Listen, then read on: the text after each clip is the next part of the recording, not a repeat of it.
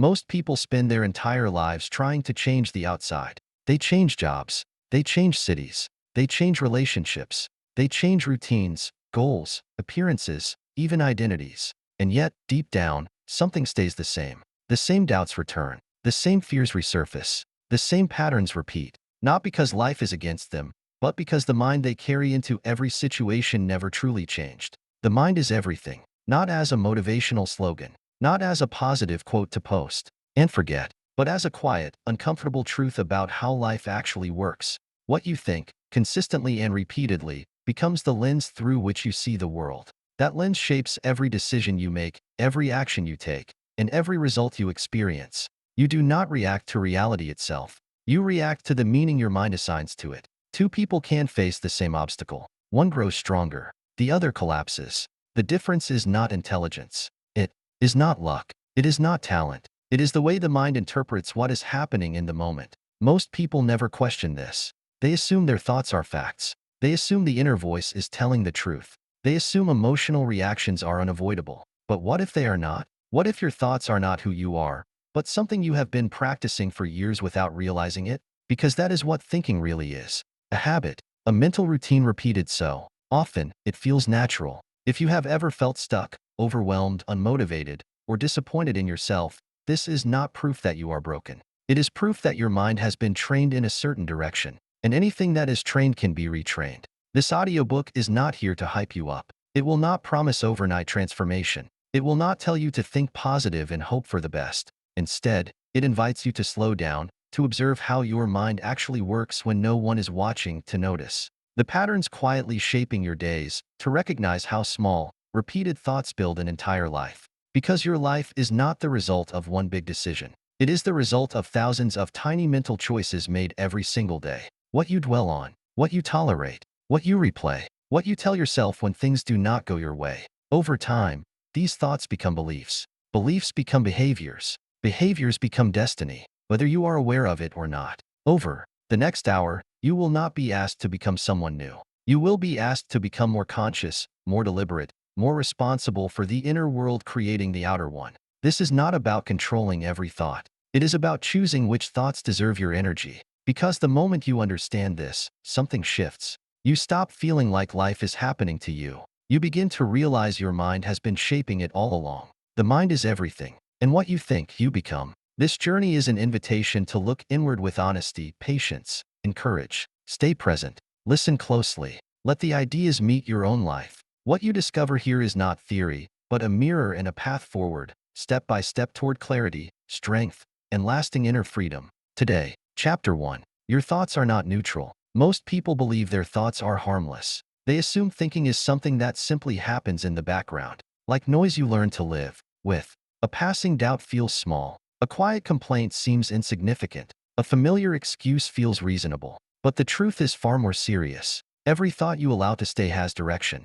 It is either pulling you forward or quietly dragging you backward. There is no such thing as a neutral thought. Every thought carries weight. Every thought leaves a trace. When you think, I can't, something inside you tightens. When you think, I'll try later, momentum dissolves. When you think, this always happens to me, your mind begins searching for evidence to prove it right. Thoughts do not sit still. They move. They shape perception. They influence action long before you notice the change. Most people live as if their thoughts are private and harmless. But your mind is the command center of your life. What runs through it determines how you speak, how you move, how you decide, and how you respond under pressure. Long before results appear in the outer world, they have already formed in the inner one.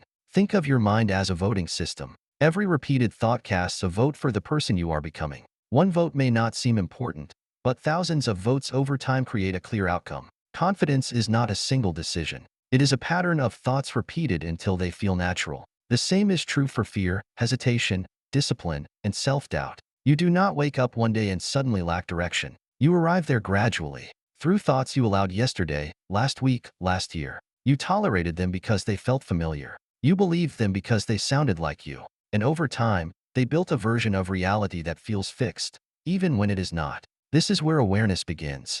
The moment you realize your thoughts are not neutral, you regain responsibility. Responsibility is not blame. It is power. It means you are no longer a passive observer of your inner world. You become an active participant. You start to notice how a single thought can change the tone of your entire day. Notice what happens when your mind leans negative. Energy drops, posture shifts, effort feels heavier. Now notice what happens when your thinking becomes deliberate. Not fake optimism, but grounded clarity. The body responds differently. Focus sharpens. Action becomes simpler. Nothing external changed, yet everything feels different. This is not coincidence. It is cause and effect. Most people wait for motivation to arrive before they act. But motivation is the result of thinking, not the starting point. When your thoughts weaken you, motivation disappears. When your thoughts support you, action follows naturally. This is why discipline always begins in the mind. Pay attention to the language you use internally. Words like always, never, impossible, too late.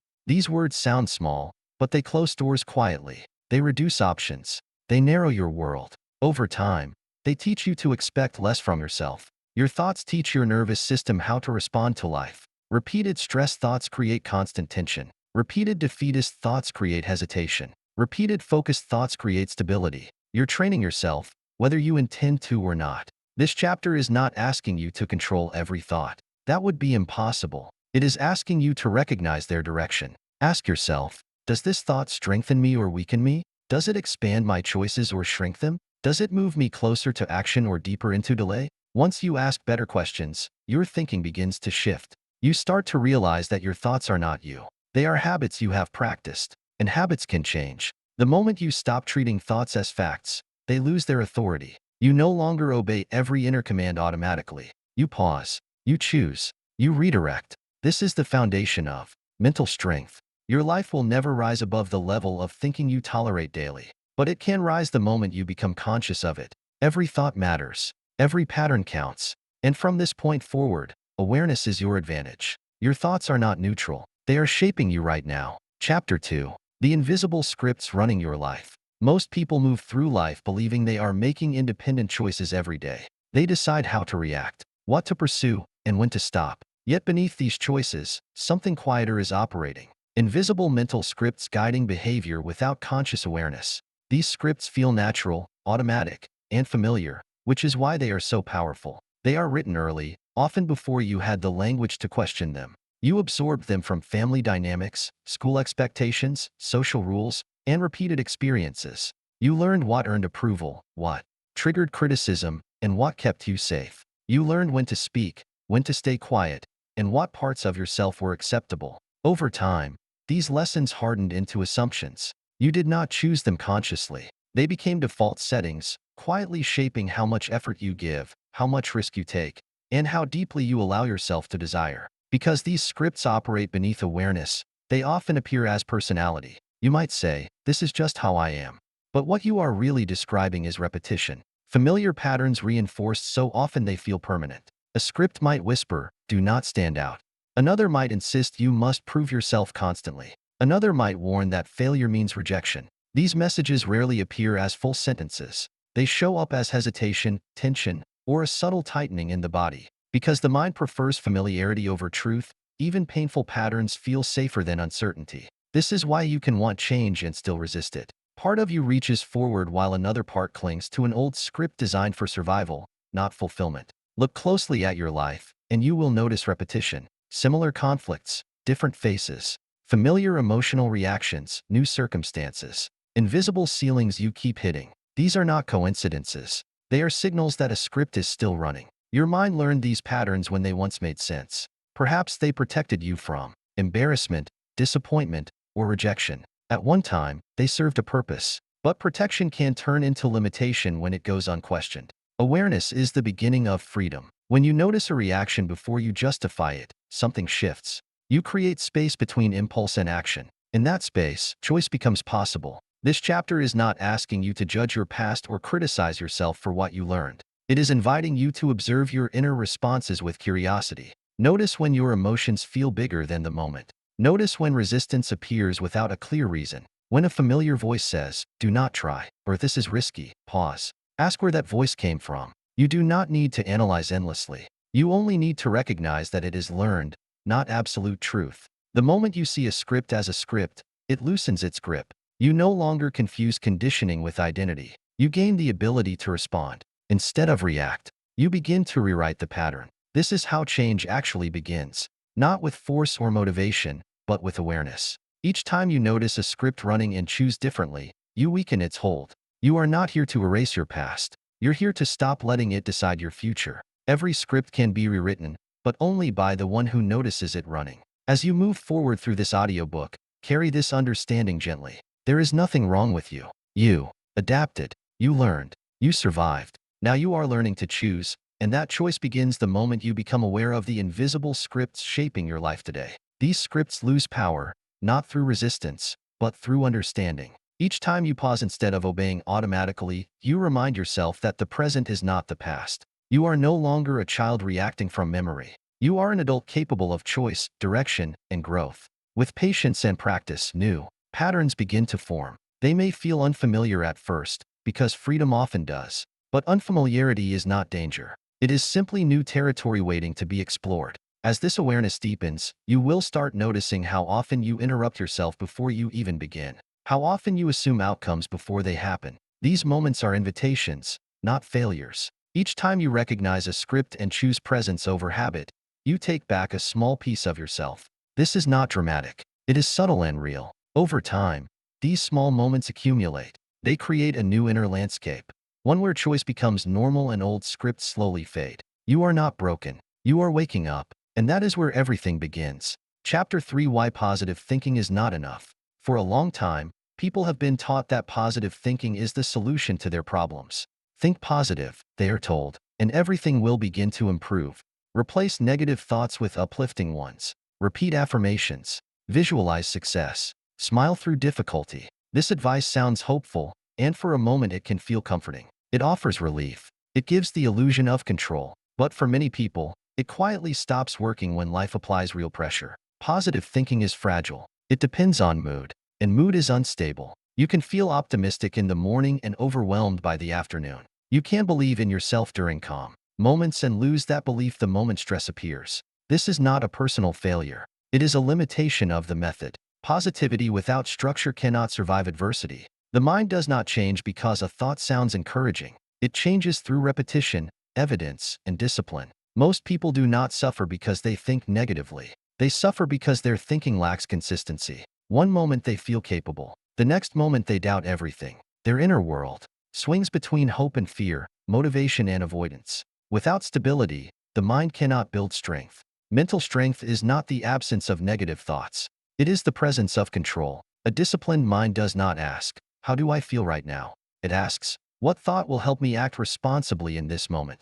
That question marks the difference between comfort and growth. Positive thinking tries to eliminate discomfort. Disciplined thinking accepts discomfort and works through it. One seeks emotional relief. The other seeks clarity. This is why relying only on positivity often leads to exhaustion. You are constantly trying to feel better instead of becoming stronger. When people who depend on positivity face obstacles, they often feel discouraged. They did everything right. They stayed optimistic. Yet reality did not cooperate. What they lacked was not belief, but structure. Discipline provides structure for the mind. It is the ability to guide your thinking. Even when emotions resist, it allows you to choose clarity over impulse. Discipline does not deny fear. It places fear in proportion. It does not silence doubt. It prevents doubt from making decisions for you. Strong thinkers understand that thoughts are tools, not commands. When a negative thought appears, they do not panic. They do not suppress it or replace it with forced optimism. They examine it. They decide whether it deserves attention. This creates internal stability. Optimism hopes circumstances will improve. Discipline prepares you to act regardless of circumstances. Most people wait to feel confident before they take action. Disciplined thinkers understand that confidence is the result of action, not the prerequisite. They move first, even when uncertainty is present. Over time, this trains the mind to trust itself. The mind learns through experience. When you act despite fear, you teach your nervous system that discomfort is survivable. When you hesitate and retreat, you teach it that avoidance is safety. Eventually, the mind adapts to whichever lesson you repeat most often. Positive thinking without action provides no evidence. Disciplined action creates proof. This chapter is not asking you to become cold or emotionally detached. It is asking you to stop depending on feeling good in order to move forward. Emotions are signals. They are not instructions. When emotions control behavior, life becomes unpredictable. When discipline guides thinking, life becomes stable. Stability does not mean ease. It means reliability. It means you can think clearly even when things are difficult. Notice how your thinking changes under pressure, not because you are weak, but because you were never taught how to hold your ground internally. That skill can be developed. Begin by observing moments when you seek comfort instead of clarity. When you avoid a difficult decision by telling yourself everything will be fine. When you distract yourself instead of choosing deliberately. Each moment is a training opportunity. Ask yourself, what thought helps me act with integrity right now? Not what feels pleasant, not what sounds inspiring. What moves me forward responsibly? At first, disciplined thinking will feel uncomfortable. Familiar habits resist change. But discomfort is not danger. It is evidence that growth is happening. With practice, your mind becomes steadier, less reactive, more focused. You stop chasing motivation and start building momentum. Confidence stops being something you hope for and becomes something you generate. Positive thinking can make you feel better temporarily. Disciplined thinking makes you stronger permanently. Once you experience the difference, you understand that real mental power does not come from optimism alone. It comes from training your mind to think clearly, especially when it would be easier not to. Chapter 4. Focus is the real power. In the modern world, focus has quietly become one of the rarest and most valuable forms of power a person can develop. You live surrounded by constant stimulation. Notifications, messages, news, entertainment, opinions, and endless information compete for your attention every single day. None of this is accidental. The environment around you is carefully designed to pull your mind outward, fragment your awareness, and keep you reacting instead of directing your own life. Most people believe their main problem is a lack of motivation or discipline. In truth, the deeper issue is a lack of focus. When attention is scattered, energy is scattered. When energy is scattered, progress becomes slow, inconsistent, and fragile, no matter how intelligent, talented, or determined you may be. Focus is not simply concentration. Focus is direction. Whatever you give your attention to grows in importance, intensity, and emotional weight. When your focus rests on fear, fear expands. When it rests on comparison, dissatisfaction grows. When it rests on progress, learning, and deliberate effort, confidence slowly forms. The outer circumstances may remain unchanged, but your experience of life transforms completely. A distracted mind lives in reaction mode. It responds to whatever feels loudest, newest, or most urgent. It jumps from thought to thought, task to task, without depth or continuity. This constant switching drains mental energy. You can stay busy all day and still feel strangely unfulfilled, as if nothing meaningful was actually completed. This exhaustion is not caused by effort. It is caused by fragmentation. Every unnecessary shift of attention carries a hidden cost. Momentum breaks. Clarity fades. Over time, the mind becomes trained to seek stimulation instead of purpose, noise instead of meaning. Restlessness appears even when nothing is truly wrong. A focused mind feels fundamentally different. It is calmer, steadier, and less reactive. When attention settles on one thing at a time, decisions simplify. Inner conflict decreases. Action becomes cleaner and more intentional. Focus reduces friction inside you, allowing energy to flow instead of scatter. Focus does not mean ignoring reality or responsibility. It means choosing priorities consciously. When everything is treated as equally important, nothing truly matters. The mind becomes overwhelmed, not because life demands too much, but because boundaries are missing. Notice how your body responds when your attention is pulled in multiple directions. Muscles tighten. Breathing becomes shallow. Thoughts race. Now notice how your body responds when you focus on a single task or idea. The nervous system settles. Breathing deepens. Presence increases. This is how the mind and body are meant to function. Most people surrender their attention without realizing it. They allow screens, schedules, and external demands to decide what deserves focus.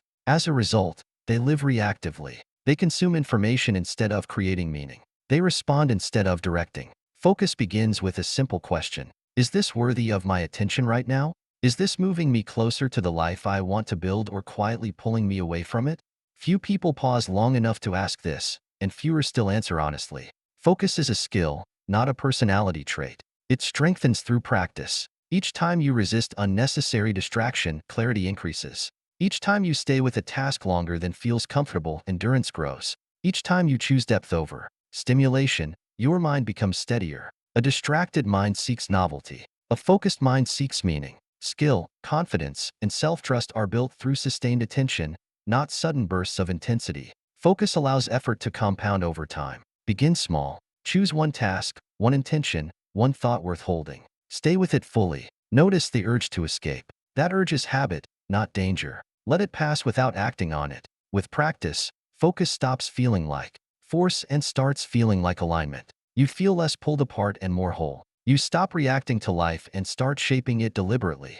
Focus is not about doing more. It is about doing what matters, with presence. And when your attention becomes deliberate, your power returns quietly, steadily, and completely. This power does not announce itself loudly. It does not arrive with excitement or intensity. It arrives as calm consistency. It shows up in the ability to finish what you start, to remain present when boredom appears, and to stay grounded when distraction tries to pull you away. Over time, focused attention reshapes identity. You begin to trust yourself again. You feel capable of sustained effort. You feel clear about what deserves your time. In that clarity, confidence grows naturally. Not confidence based on hope or mood, but confidence built on evidence. Evidence that you can direct your mind, your energy, and your life with intention. This is how quiet discipline becomes real inner strength over time for you. Chapter 5. Your inner voice becomes your identity. Every day, whether you notice it or not, you are in constant conversation with yourself. This conversation never truly stops.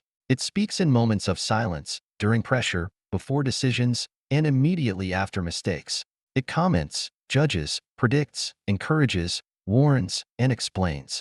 Over time, this inner voice becomes so familiar that you stop recognizing it as a voice at all. You experience it as truth, guidance, and identity. The way you speak to yourself shapes the person you become. Your inner voice is not background noise. It is instruction. It tells you what is possible, what is dangerous, what is acceptable, and what is hopeless. When it is harsh, life feels heavy. When it is chaotic, life feels unstable. When it is calm and grounded, life begins to feel manageable and clear. Most people believe their inner voice reflects who they are. In reality, it reflects what they learned. It was shaped by repetition, environment, and emotional experience. It borrowed tones from parents, teachers, authority figures, and peers. It absorbed reactions from past failures and disappointments. Over time, these borrowed voices blended together and became internalized. That voice now narrates your life. When you make a mistake, listen carefully to what it says. Does it correct you calmly or attack you personally? When you face uncertainty, does it guide you patiently or intimidate you into hesitation? When effort is required, does it encourage persistence or rush to judgment? These patterns matter because the voice you hear most often becomes the standard you live by. An inner voice that constantly criticizes creates fear. An inner voice that constantly doubts creates delay. An inner voice that constantly pressures creates burnout. None of these voices create strength. They drain energy, distort perception, and weaken trust in yourself. Over time, they teach your nervous system that effort is unsafe. Your nervous system responds to your inner voice as if it were external authority. Harsh self-talk activates stress responses. Supportive self-talk creates stability. The body listens closely to the tone you use internally. When the voice feels threatening, the body prepares to defend or retreat. When the voice feels steady, the body remains open and responsive. This is why personal change often feels emotionally exhausting. You're not just changing behavior, you're challenging a voice that has been running the system for years. Resistance appears not because growth is wrong, but because familiarity is being disrupted. Your inner voice becomes your identity through repetition. What you say to yourself daily becomes what you believe about yourself eventually. Beliefs shape behavior. Behavior reinforces belief. Over time, this cycle solidifies and feels permanent, but it is not permanent. The inner voice can be retrained, not by silencing it and not by replacing it with empty praise. It is retrained by refining it. A strong inner voice is not overly positive or overly harsh. It is honest, specific, and constructive. It corrects behavior without attacking character. Begin by noticing tone rather than content. Pay attention to how the voice speaks, not just what it says. Does it exaggerate? Does it generalize? Does it label you instead of describing actions? These habits can be interrupted with awareness. When the voice says, "You always fail," replace it with accuracy. "This attempt did not work." When it says, "You are not ready," replace it with responsibility. "I can prepare and try." This is not positivity. This is precision. Precision builds trust. Over time, a calmer inner voice creates internal safety. When you feel safe inside, you take healthier risks. You recover faster from mistakes.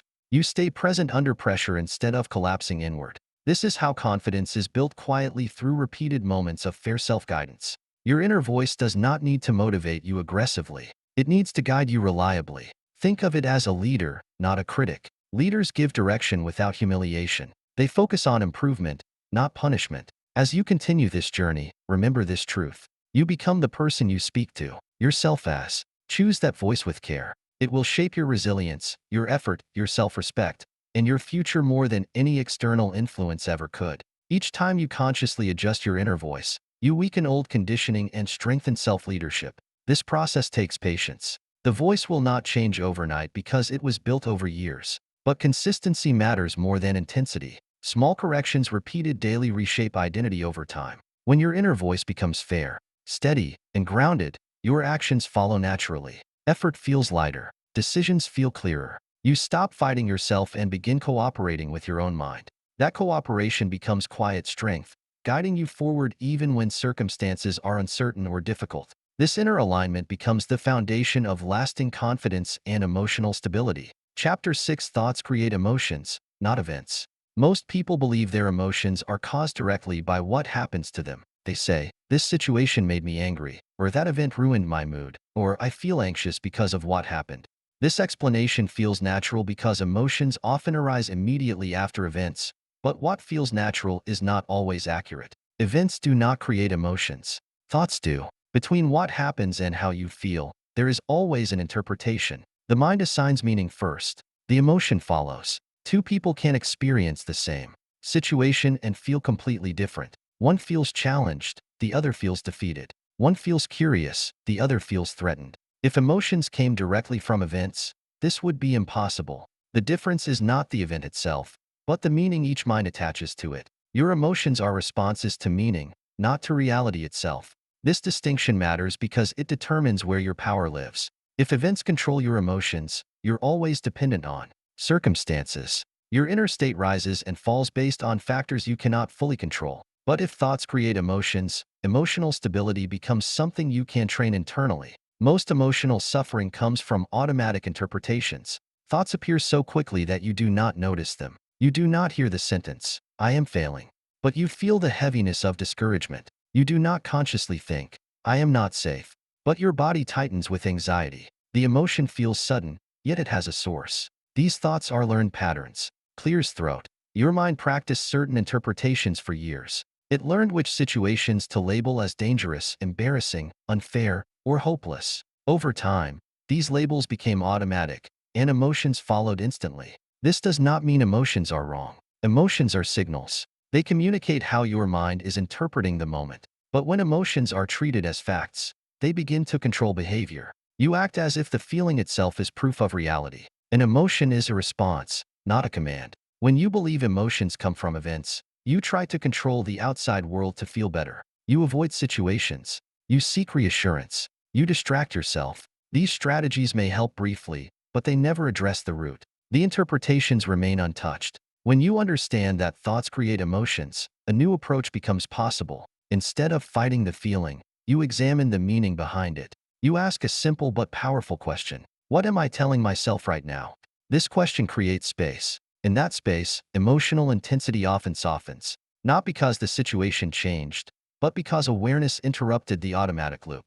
You stop being carried away by the first interpretation and regain the ability to choose a more accurate one. This is not about forcing positive thoughts. It is about questioning unexamined ones. When fear appears, you do not argue with it or suppress it. You investigate it. When anger rises, you do not deny it. You explore the belief fueling it. Over time, this practice builds emotional resilience. You stop fearing emotions because you understand them. You learn that discomfort does not equal danger. It means attention is required. Your nervous system begins to calm when it realizes you are listening instead of reacting. Emotional regulation becomes less about control and more about understanding. You stop fighting your inner experience and start learning from it. This is emotional maturity. You no longer blame the world for how you feel. You take responsibility for how you interpret it. Responsibility here does not mean guilt. It means ownership. It means recognizing that your inner world deserves care, clarity, and honesty. As you move forward, remember this. You cannot control every event. You cannot predict every outcome. But you can learn to notice the thoughts that arise before emotions take over behavior. When you do, emotions become guides. Instead of obstacles, they point toward insight instead of chaos. You become less reactive and more responsive. You pause before acting. You choose meaning instead of accepting the first story your mind offers. This shift does not eliminate emotion. It transforms your relationship with it. You stop being ruled by reactions and start responding with awareness. Practice daily. This changes how you experience your entire life. You begin to feel steadier even when circumstances remain uncertain. You feel grounded even when challenges appear. You trust yourself to navigate emotional waves instead of drowning in them. This understanding gives you real freedom. Not freedom from emotion, but freedom within emotion. The freedom to feel deeply without losing direction. The freedom to experience discomfort without collapsing. The freedom to stay present, thoughtful, and grounded in moments that once controlled you. When you understand that thoughts create emotions, you reclaim authorship over your inner world. And that authorship quietly reshapes how you live, decide, and move forward one moment at a time. Chapter 7: The Hidden Cost of Uncontrolled Thinking. Most people believe their biggest struggles come from external pressure, work stress, financial uncertainty, relationship conflict, lack of time, lack of opportunity. These factors matter, but they are not the deepest source of exhaustion. The real cost often comes from something quieter and far more constant: uncontrolled thinking. An undisciplined mind never rests. When thoughts run without direction, the mind stays busy even when the body is still. You replay conversations that already ended. You imagine futures that have not arrived. You analyze mistakes long after lessons were learned. This mental activity feels productive, but it rarely is. It drains energy without creating clarity. Uncontrolled thinking creates emotional fatigue before physical fatigue ever appears. Overthinking does not solve problems. It multiplies them. Each repeated thought adds tension. Each imagined scenario increases uncertainty. The mind begins to confuse possibility with probability. What might happen starts to feel like what will happen. Anxiety grows not because danger is present, but because imagination is unchecked. This is one of the hidden costs. Your nervous system cannot tell the difference between a real threat and a vividly imagined one. When your thoughts constantly scan for problems, your body lives in a state of low-level alert. Muscles tighten, breathing shortens, focus weakens. Over time, this state becomes normal. Another cost is indecision. When thinking lacks structure, decisions feel heavy. You see too many options and imagine too many outcomes. Instead of choosing, you hesitate. Instead of acting, you wait for certainty. But certainty rarely arrives. Life moves forward while you remain stuck in analysis. Uncontrolled thinking also fuels self-sabotage. You know what needs to be done, yet something inside resists. You delay. You distract yourself. You rationalize avoidance. This is not laziness. It is mental overload. When the mind is crowded with conflicting thoughts, action feels overwhelming. The cost continues to compound. Relationships suffer when thinking is unchecked. You misinterpret words. You assume intentions. You replay tone and expression until meaning becomes distorted. Small issues feel larger than they are. Misunderstandings grow quietly, fed by imagination instead of communication. Confidence erodes as well. When the mind constantly questions itself, trust disappears. You doubt your ability to decide, to act, to follow through. Each time you hesitate, the mind learns hesitation. Each time you avoid discomfort, the mind learns avoidance. Over time, this pattern becomes identity. This chapter is not meant to criticize you. It is meant to reveal the price you may be paying without realizing it. An undisciplined mind consumes energy that could be used for growth. It steals attention that could be used for presence. It turns simple moments into mental battles. The cost is not always dramatic. It is subtle. It shows up as constant tiredness, lack of clarity, and a feeling of being behind even when you are trying. The solution is not to stop thinking. That would be impossible. The solution is to guide thinking. Mental discipline begins with awareness. Notice when thoughts circle instead of move forward. Notice when analysis becomes avoidance. Notice when imagination turns against you. These moments are signals, not failures. Ask yourself simple questions. Is this thought helping me act responsibly right now? Is it preparing me or paralyzing me? Does it clarify the next step or distract me from it? Uncontrolled thinking thrives on vagueness. Discipline introduces precision. Instead of thinking everything at once, focus on the next step. Instead of solving the entire future, deal with the present task. This reduces mental noise. As discipline grows, the mind begins to feel lighter, not empty, but organized. You stop carrying unnecessary weight. Energy returns. Focus improves. Decisions feel clearer. This is the reward of mental discipline. You reclaim space inside your own head. You move through life with less friction. You respond instead of react. The hidden cost of uncontrolled thinking is your life force. When you regain control of your attention, you regain yourself. Chapter 8. Training the mind like a muscle. Your mind is not fixed. It is not fragile. It is not something you are simply born with and forced to accept. Like the body, the mind adapts to what it is repeatedly asked to do. It grows stronger with use, weaker with neglect, and distorted with misuse. Whether you realize it or not, you are training your mind every single day. Training happens through repetition. Every time you repeat a thought, you reinforce a pathway. Every time you respond the same way, you strengthen a pattern. Over time, these patterns become automatic. They feel natural even when they are harmful. This is why mental change feels difficult at first. You're not fighting truth. You're interrupting habit. Most people train their bodies with intention, but train their minds by accident. They expose their minds to constant distraction, comparison, and stress, then wonder why focus feels impossible. They rehearse worry, doubt, and self-criticism daily, then wonder why confidence feels weak. The mind reflects what it practices. Mental training does not begin with motivation. It begins with structure. Just as physical strength is built through consistent, simple movements, mental strength is built through small, repeated acts of attention and choice. You do not need dramatic techniques. You need regular discipline. Think of each day as a training session. What you focus on is the weight you lift. What you repeat is the exercise you perform. If you constantly lift mental weight in the form of fear, the mind becomes skilled at fear. If you lift weight in the form of clarity, effort, and responsibility, the mind adapts accordingly. This is why waiting to feel ready does not work. Readiness is the result of training, not the condition for it. You train the mind by showing up when it would prefer to avoid. You train it by staying present when distraction pulls. You train it by choosing deliberate thought when automatic thinking appears. At first, this feels uncomfortable. Discomfort is not a sign of failure. It is a sign that new muscles are being used. Familiar habits resist change. The mind seeks efficiency, not growth. It prefers old patterns because they require less energy. Training asks for effort before reward. Consistency matters more than intensity. A few minutes of deliberate practice each day reshape the mind faster than rare moments of extreme effort. When you return again and again to the same simple practices, stability forms, attention strengthens, emotional reactions soften. Training the mind also requires rest. Just as muscles need recovery, the mind needs silence. Stillness is not emptiness. It is integration. When you allow moments without stimulation, the mind organizes itself. Clarity emerges naturally when noise decreases.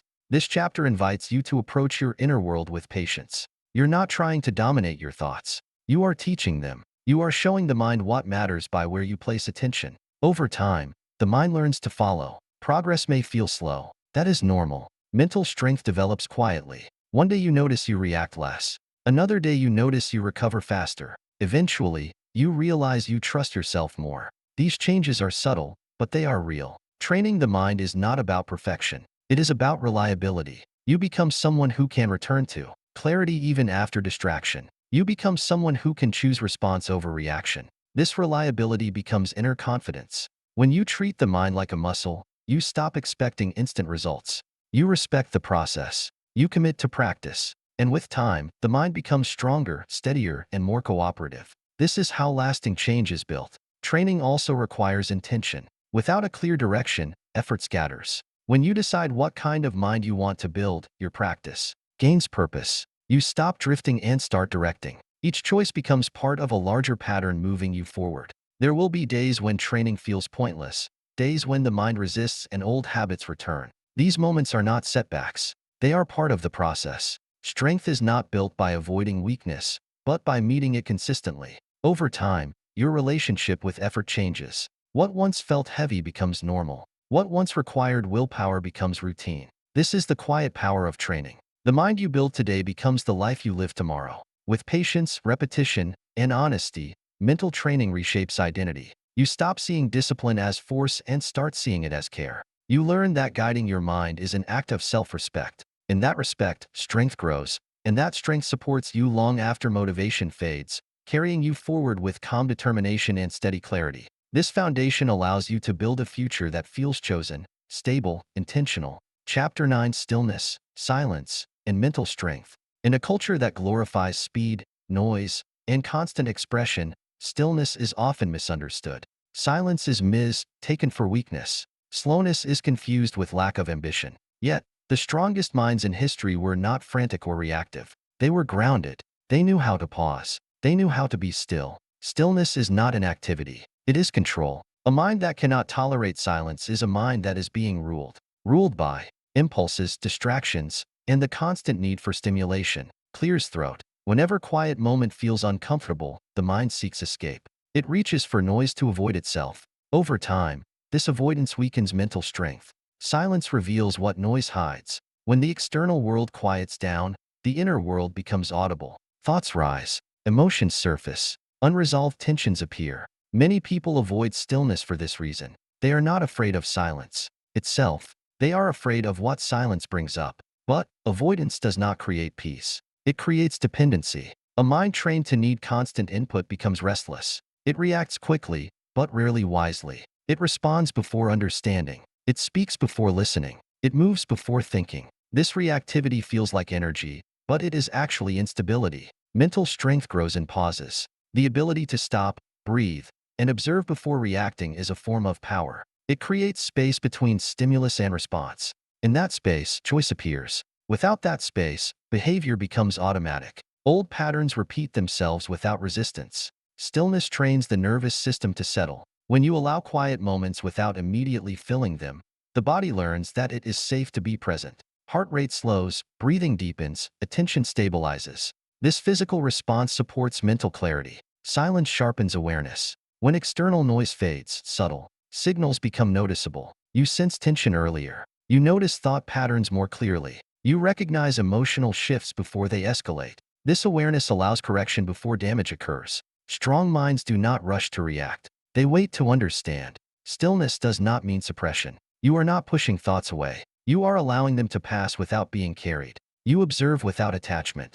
This observation weakens the grip of impulsive thinking. Many people believe they need to express every thought immediately. They equate expression with honesty. But not every thought deserves a voice. Some thoughts need reflection. Others need refinement. Silence gives thoughts time to mature. Silence is a filter. When you pause before speaking or acting, you prevent unnecessary conflict. You reduce regret. You increase precision. Words become more intentional. Actions become more aligned. Stillness also builds emotional resilience. When you can sit with discomfort without reacting, you gain confidence in your ability to endure. You learn that feelings rise and fall on their own. You do not need to escape them to survive them. This capacity creates inner calm. Calm is not weakness. Calm is readiness. It allows you to see clearly when others panic. It allows you to respond thoughtfully when others react emotionally. Calm creates influence without force. Practicing stillness does not require isolation or extreme habits. It begins with small moments.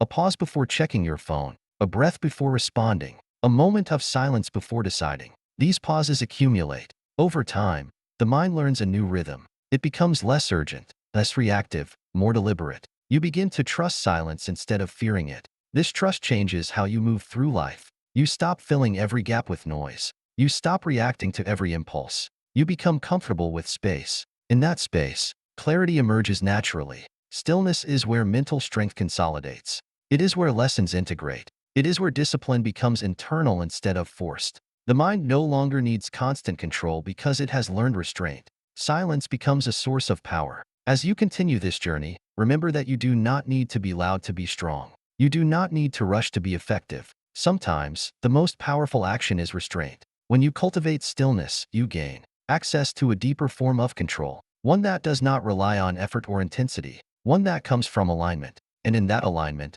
mental strength becomes steady, quiet, and unshakable over time. Chapter 10: Becoming the Person. You think like you do not become the person you wish to be in moments of hope or inspiration. You become the person you think like day after day through repetition that feels ordinary and unnoticed. Identity is not created in dramatic turning points. It is formed quietly through the thoughts you return to when no one is watching. Every consistent thought is a direction. The way you think determines how you interpret effort, failure, time, and possibility. It determines whether you see challenges as threats or invitations. It determines whether discomfort feels like a warning or a sign of growth. Long before the world responds to you, your mind has already decided how you will respond to the world. This is why change often feels slow. You are not just altering habits or behaviors. You are reshaping the lens through which you see yourself, and that lens has been reinforced for years. Most people try to change outcomes without changing thinking. They want different results while rehearsing the same inner conversations. They hope behavior will override belief. But belief always leads. Behavior follows. The future version of you already exists as a pattern of thought. That version thinks differently under pressure. It speaks differently internally after mistakes. It responds differently to uncertainty. The gap between who you are and who you want to become is not time or talent. It is thinking. Becoming someone new does not require abandoning who you are. It requires refining how you think. You do not need to erase your past. You need to stop letting past thinking decide present choices. Every time you choose a more deliberate thought, you practice a new identity. Identity is not a label. It is a pattern. When you consistently think with responsibility instead of excuse, you become responsible. When you consistently think with patience instead of panic, you become steady. When you consistently think with clarity instead of avoidance, you become decisive. This is not imagination. It is conditioning. The mind learns who you are by watching what you repeatedly think. Over time, those thoughts stop feeling chosen and start feeling natural. This is how identity stabilizes. The danger is not negative thinking alone. The danger is unconscious thinking. When thoughts run automatically, identity forms without your consent. You become whoever your habits create. This chapter invites you to choose consciously. Ask yourself, how does the person I want to become think in moments of difficulty? How do they speak to themselves when progress is slow? How do they interpret setbacks? These questions shift focus from outcome to process. You do not need to act like that person immediately. You need to think like them consistently. At first, this feels intentional and effortful. That is normal. New patterns always do. Over time, effort fades and identity remains. What once required discipline becomes instinct. This is how real transformation happens. You stop waiting for motivation and start relying on structure. You stop hoping for confidence and start building trust with yourself. You stop reacting to life and start shaping it from the inside out. Becoming the person you think like also means letting go of thoughts that no longer serve you. Not every thought deserves loyalty. Some thoughts belong to earlier versions of you. Keeping them alive keeps you anchored to the past. Growth requires release. As you move forward, remember that consistency matters more than intensity. One clear thought repeated daily outweighs 1,000 moments of inspiration. Identity is built in ordinary moments. Through quiet decisions, you are always becoming something. The only question is whether you are choosing it. When your thinking becomes deliberate, your life follows. Not perfectly, not effortlessly, but steadily, with direction. This is the power you have been developing throughout this journey. Awareness, discipline, focus, stillness, responsibility. Together, they shape how you think, and how you think shapes who you become. The mind is everything, and the person you are becoming is already taking form one thought at a time. If there is one truth to carry with you after this journey, it is this. Your life is not shaped by chance, luck, or sudden moments of inspiration. It is shaped quietly, steadily, by the way you think each day. Not the thoughts you wish you had, but the thoughts you repeat. Not the ideas you admire, but the inner conversations you allow to guide you when no one else is listening.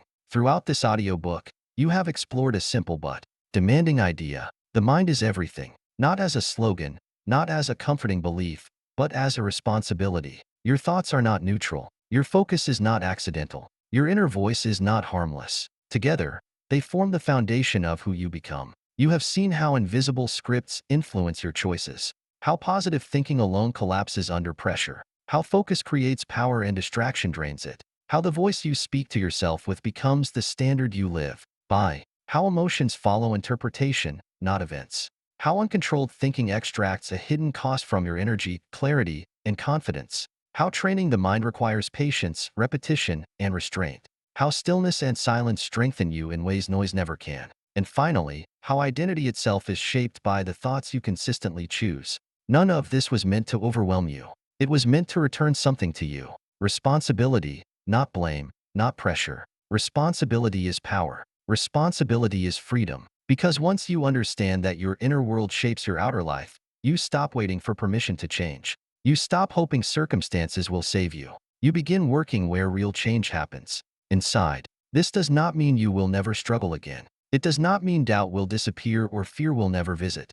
It means you will no longer be confused about where to look when challenges arise. You will know that before reacting, you can pause. Before believing, you can question. Before collapsing inward, you can choose a steadier response. Growth does not require perfection. It requires awareness practiced consistently. There will be days when old patterns return, days when distraction feels stronger than focus, days when the inner voice becomes harsh again. These moments are not failures. They are reminders. Training does not end because you stumble. It continues because you notice. What matters is not how often you fall back into old thinking, but how quickly you recognize it and return to clarity. Your mind is not an enemy to conquer. It is a system to guide. When you treat it with patience instead of force, discipline instead of denial, it begins to cooperate. Over time, thinking becomes less reactive and more deliberate. Life feels less chaotic and more directed. Remember this. You are always becoming something. Even when you feel stuck. Even when nothing seems to change, identity is forming. The question is whether you are choosing that direction consciously or letting habit decide for you. From this point forward, you do not need to change everything at once. Start small. Choose one thought to question, one moment to pause, one habit of attention to refine. These small decisions compound quietly, powerfully. The future you want is not built through grand declarations. It is built through ordinary moments handled with clarity. Your mind is everything because it is where every decision begins. And now, you are no longer unconscious of that fact. You are aware, and awareness changes everything. What you think consistently and deliberately, you become. Carry that truth with you. Let it guide you and allow your life to reflect the strength, clarity, and intention you are now capable of creating.